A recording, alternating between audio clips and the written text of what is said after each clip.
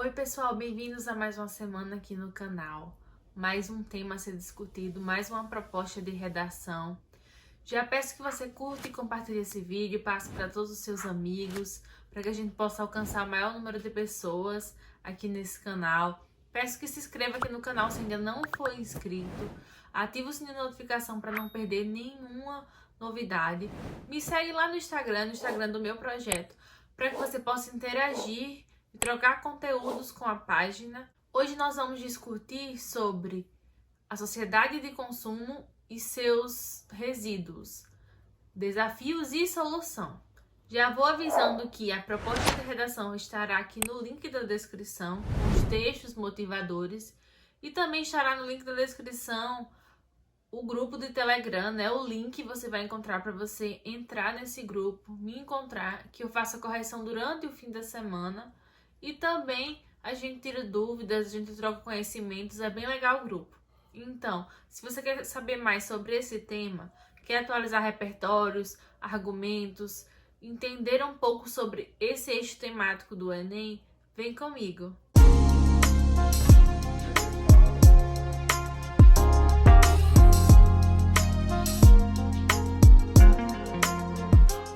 Como de costume, vamos iniciar interpretando essa proposta. Diferente das últimas, ela é um pouco mais direcional, né? Ela não é tão ampla quanto a questão da democratização no Brasil, a questão do cigarro. É algo mais delimitado.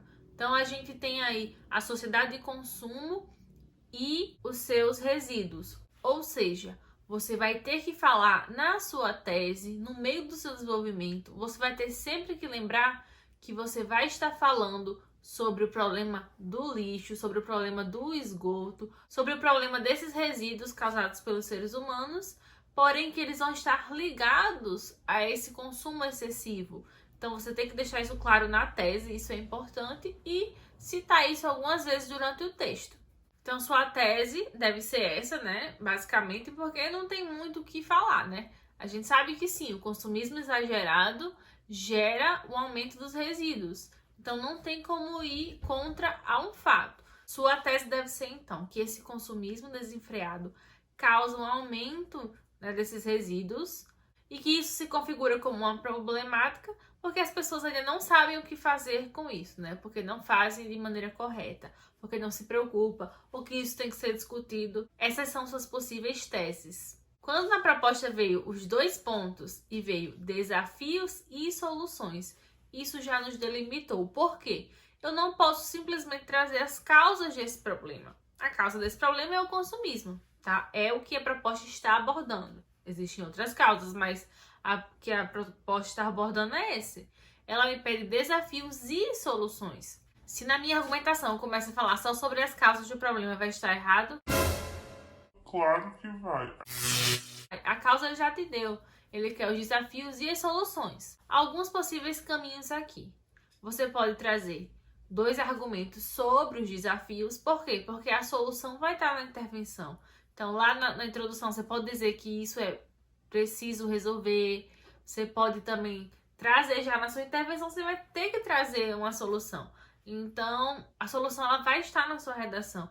Você pode trazer os dois desenvolvimentos sobre os desafios. Como você pode trazer os dois desenvolvimentos de solução e trazer a solução na intervenção. Qual é a diferença? Já falei aqui antes para vocês. Qual a diferença de trazer uma solução no desenvolvimento e uma solução na intervenção? A principal diferença é que no desenvolvimento você vai falar sobre uma solução mais ampla, mais geral, por exemplo, investir na educação, né? Tem que investir na educação. E aí, qual é a sua argumentação? Você vai ter que provar que investir na educação resolveria o problema. Isso é que você faz no desenvolvimento. Você vai trazer uma frase de alguém que fala que a educação é o caminho para mudar o mundo. Você vai trazer um exemplo de como a educação transformou um costume parecido, por exemplo. E aí você vai provar para mim, né, para o leitor, para o corretor, que a educação é o caminho para mudar isso. Então, no desenvolvimento você tem que provar que aquela solução é válida. Já na intervenção, não. Você não vai provar nada. Você vai dizer, tem que fazer isso. Você vai detalhar. tem que fazer isso por meio disso, que tem que fazer tal agente por causa disso, mas você vai detalhar e não provar que aquilo vai resolver o problema, tá bom? Essa é a diferença. Então você pode sim trazer uma redação inteira sobre as soluções e trazer outra solução na intervenção. É bem mais difícil. E tem uma bem legal também, que é você trazer um desenvolvimento com um desafio e um segundo com uma solução. Eu aconselho, eu acho que é mais fácil, eu farei assim, e vou fazer assim, trazer a questão da solução lá na minha introdução, né, que tem que ser resolvido, tem que ser debatido para ser resolvido, e trazer a intervenção. Já no meio do texto, no desenvolvimento, eu vou trazer apenas os desafios. E sempre relacionando, tanto na minha tese quanto nos meus tópicos frasais, a questão desses rejeitos, né, desses resíduos com o consumismo. Dessa vez eu deixei um bom tempo para explicitar um pouco sobre o tema. Por quê, gente? Porque esse tema é mais difícil. Realmente, na votação da semana, eu coloquei 2 temas separados: sociedade de consumo e o lixo, e a questão do saneamento básico, os desafios e as soluções. Só que a votação foi muito apertada e eu acabei vendo que os 2 temas eram muito importantes. Então eu juntei. Por quê? Porque saneamento básico é muita coisa, né? Na proposta a gente fala que saneamento básico também tem a questão do lixo. Então, saneamento básico são medidas para melhorar a saúde da população. Abastecimento de água, coleta de esgoto, que são resíduos também da população, resíduos orgânicos. Você tem a questão do lixo. Tudo isso é dentro do saneamento básico. Então, eu resolvi juntar essas 2 questões e fazer essa proposta. Ela está bem complexa, por isso eu deixei um tempo maior para falar sobre a interpretação dela. E agora vamos para nossas ideias de colocar num contexto geral lá da introdução. Você pode trazer no início um filme, uma série, alguma coisa que mostre o consumismo. A gente vai ter vários personagens, mas existe um filme muito marcante que eu gosto muito, que é Os Delírios de Consumo, de Beck Bloom. Esse filme tem na Netflix. Ele é muito interessante, né? A gente tem a personagem principal que é viciada em comprar. Ela compra além do que ela pode pagar, ela não tem nem onde guardar as coisas na casa dela. E aí ela passa por diversos problemas por causa disso. Então é um filme muito interessante de se trazer aqui. Ou você pode iniciar também no seu contexto mostrando a realidade do lixo hoje no Brasil. Você pode trazer aquele filme Trash, A Esperança Vem do Lixo, que traz o cenário do filme no lixão, ou a própria Avenida Brasil, que foi uma novela de renome mundial, que também começou com a história das pessoas ambientadas em um lixão, a céu aberto.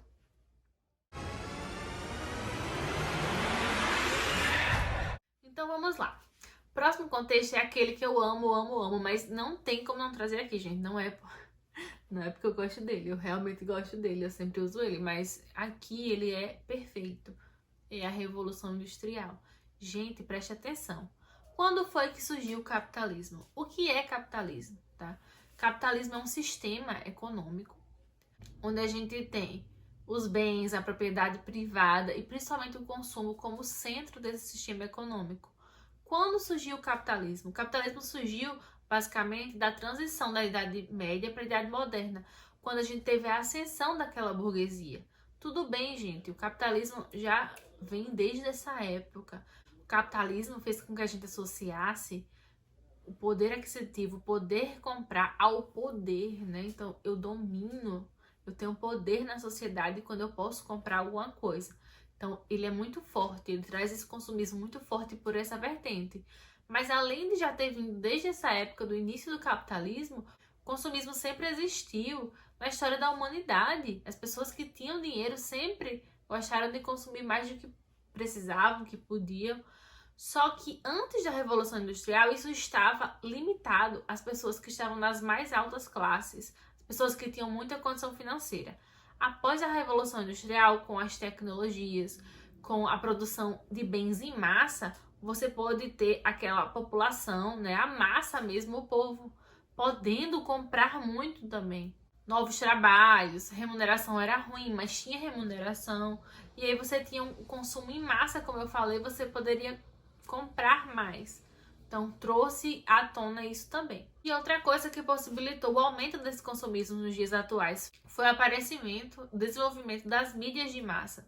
Então, antes as mídias eram muito restritas também. E hoje com a TV, né, com rádio, com aquelas mídias que você pode ter a publicidade, a propaganda dos produtos, mostrando, né, que você tem que ter aquilo para se sentir bem, que para ser gente você tem que comprar, você tem que ser igual a todo mundo, ter aquele produto. Então, isso aí também possibilitou esse consumismo exagerado. Como a gente tem que abordar o consumismo nessa redação, eu aconselharia fazer o contexto inicial e a tese, né, sobre o consumismo. Então, o contexto inicial sobre o consumismo e a tese relacionando como o consumismo causa o problema do descarte dos resíduos. E aí eu traria a discussão inteira, mas aí eu já fiz a minha parte de fazer a relação. Então, eu acho que esse é o melhor caminho. Então, eu vou trazer algumas ideias sobre desafios e algumas ideias sobre soluções, tá? Quando eu for falar das soluções, eu não vou mais falar sobre a intervenção. Eu vou trazer possíveis soluções e aí, se vocês quiserem usar elas no desenvolvimento, vão ter que provar que elas são necessárias, que elas são as soluções. Se quiserem trazer na intervenção, vão ter que pegar essas soluções e detalhar, mas elas vão servir tanto para o desenvolvimento quanto para a intervenção. Então, a gente vai falar agora sobre desafios e depois sobre as soluções e vamos encerrar o vídeo por hoje. O primeiro desafio, então, que a gente tem é a questão da sociedade capitalista. A gente vive na sociedade capitalista. Como a gente vai mudar o imaginário das pessoas num ambiente como esse? Num ambiente onde há urgência de comprar, onde o consumo desenfreado tomou conta já da população há muito tempo. E a gente tem dois termos aqui que a gente pode trazer. O conceito de obsolescência programada. Vocês sabem o que é isso? Obsolescência programada é quando o fabricante de um produto, ele propositalmente coloca alguma coisa no produto que ele vai quebrar, que ele vai deixar de ser útil em pouco tempo. Isso é proposital. Por que o seu celular quebra tão fácil? Por que a TV não tem uma vida útil muito longa? Se eles fizessem, né, os produtores fizessem materiais, principalmente eletrônicos, eletrodomésticos de qualidade, que durassem muitos anos, eles não lucrariam. Por quê? Porque a pessoa ia comprar uma vez e ia passar anos e não ia mais dar lucro a ele. É proposital, sim, que esses aparelhos eles sejam frágeis. Isso é questão de você programar para que eles quebrem rápido. Isso acontece muito e isso é o maior causador do problema de muitos resíduos, do lixo que a gente tem. Porque a gente acaba descartando, já que não serve mais, né? E outra coisa é que existe o descarte errado, muitas vezes, né, desses materiais com bateria. É material que não deveria ser descartado de qualquer forma. E tem também a questão do consumo sustentável. Então, quando você for falar da sociedade capitalista, você pode dizer que dentro dela existe a obsolescência programada. Então, um repertório, você trazer esse conceito. Ou você pode trazer que dentro do capitalismo não existe, tá? Não é prioridade o conceito de consumo sustentável. O que seria consumo sustentável?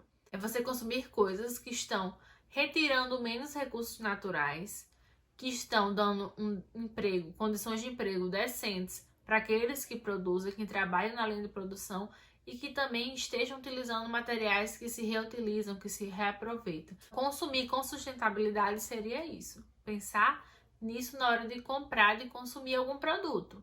O próximo desafio que eu trago aqui é a questão da desvalorização da ciência. Como assim? Eu posso abordar dois pontos aqui.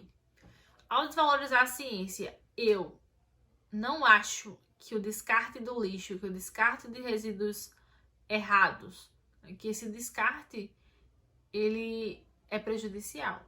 Então, a ciência, ela está todo o tempo fazendo pesquisas, está todo o tempo mostrando que a sustentabilidade é o caminho, tá? Que o mundo está morrendo.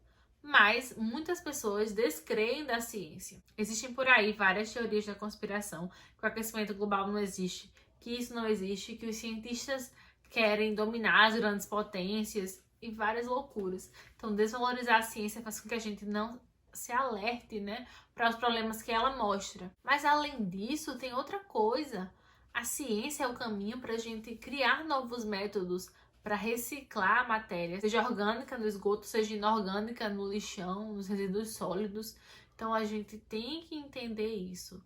A gente precisa da ciência para desenvolver novos métodos para que isso seja eficaz. Métodos de reutilização, métodos de pegar aqueles compostos orgânicos e produzir energia. Então a ciência é o caminho para isso. Desvalorização da ciência faz com que a gente não avance no campo tecnológico voltado para esse tema. A gente tem também a questão da ineficiência do governo em investir, a falta de investimento nessa área.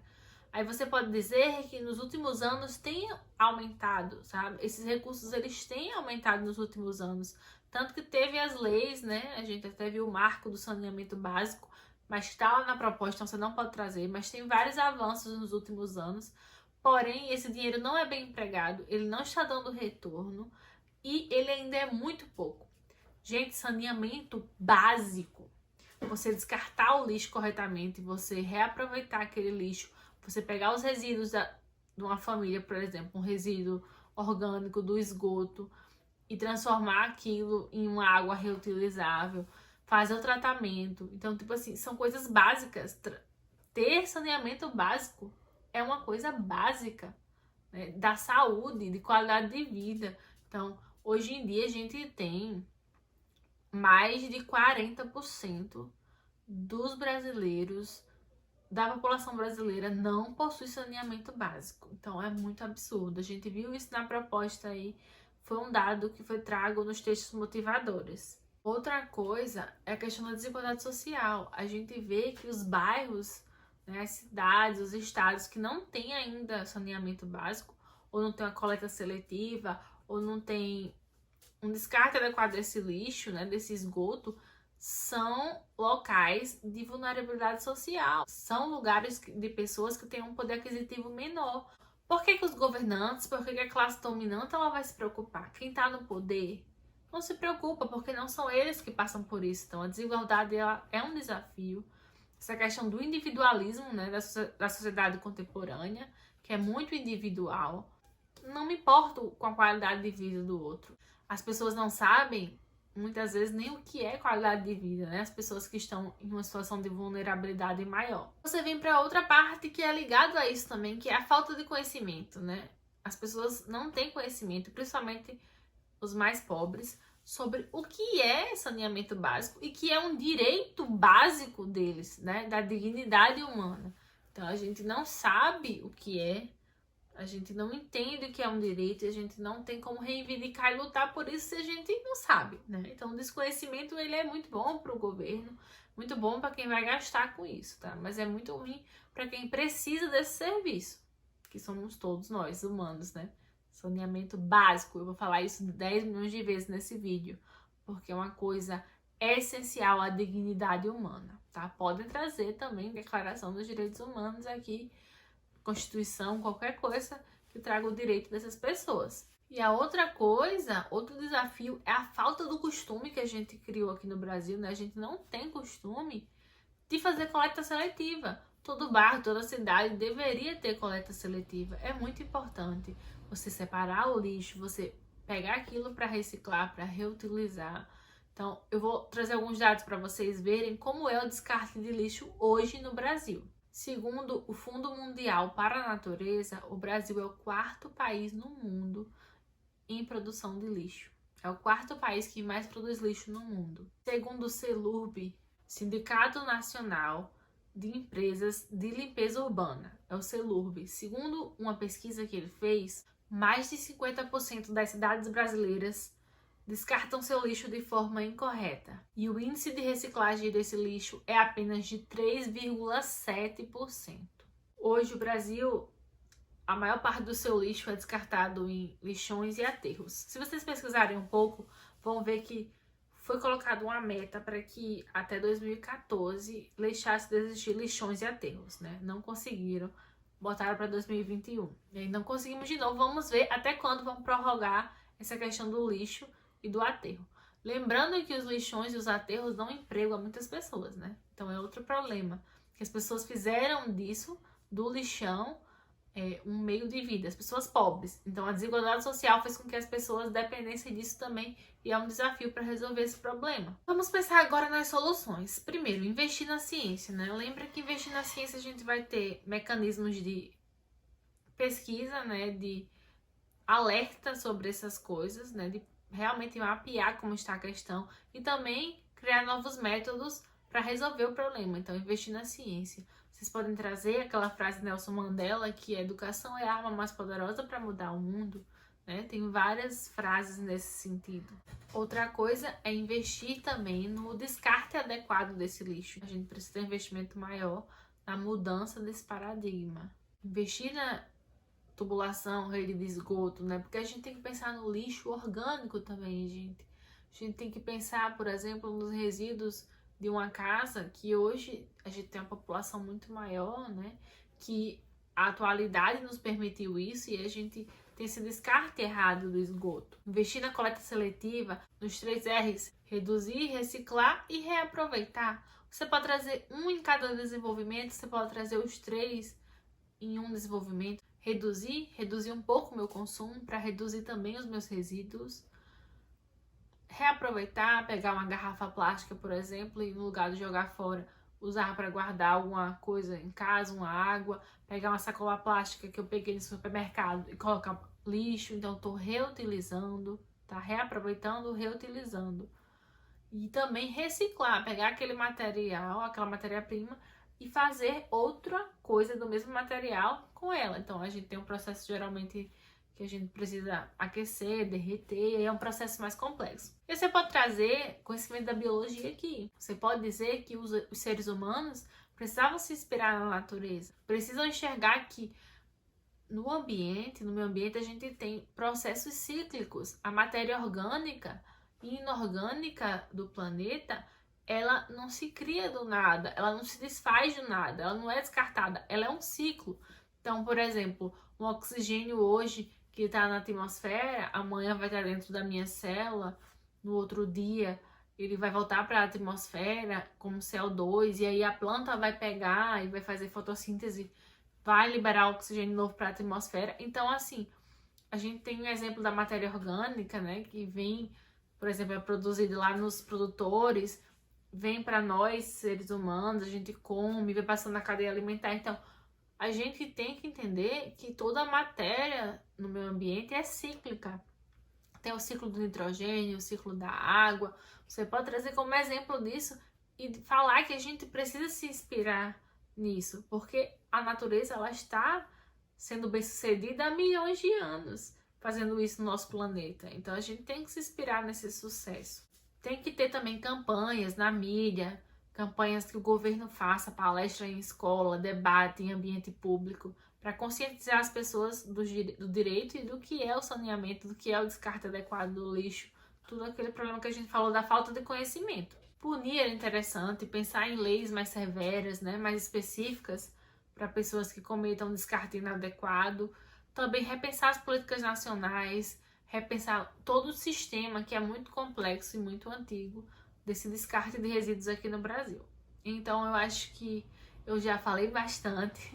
Espero que tenha ajudado vocês e que vocês gostem de fazer essa redação. Até mais!